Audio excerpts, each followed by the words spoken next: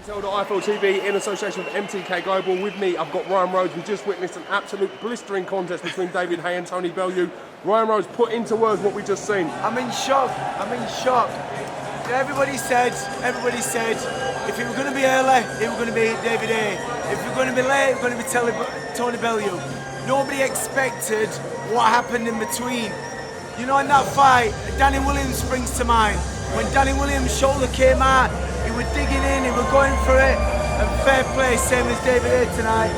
I don't know whether it was his knee or his ankle or what, but just before you knew there was something wrong, he went back on the ropes and he did a little bit of a funny movement, and I said to my friend Mark Willer, I said, there's something wrong with his leg, it's not right.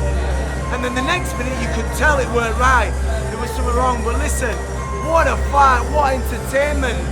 Value for money.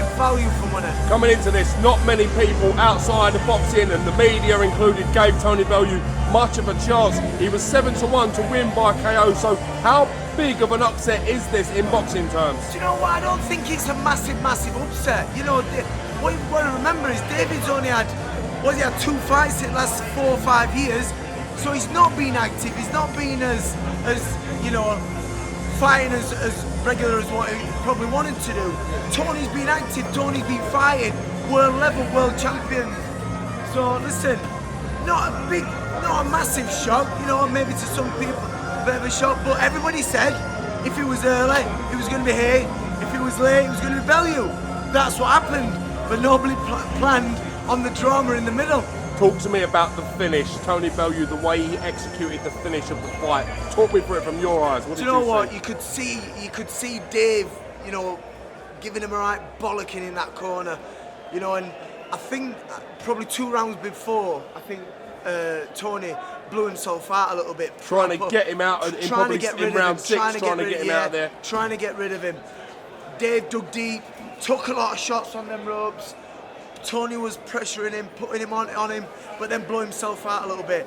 Then round 10, round 11, got his second wind, and then when he got him on that ropes, there were no way we're letting him off the hook.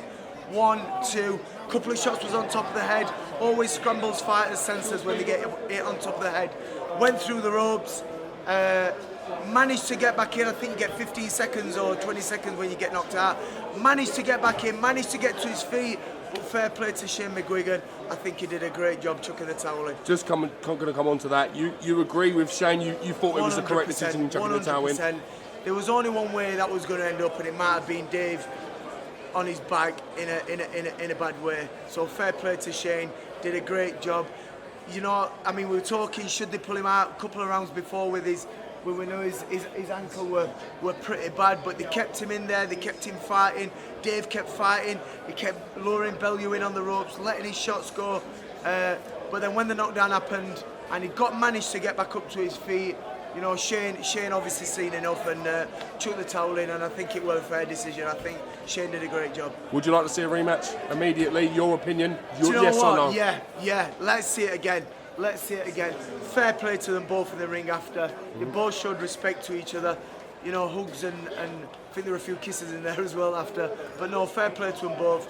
You know, boxing is a great sport. You hate each other before, but you're always friends after.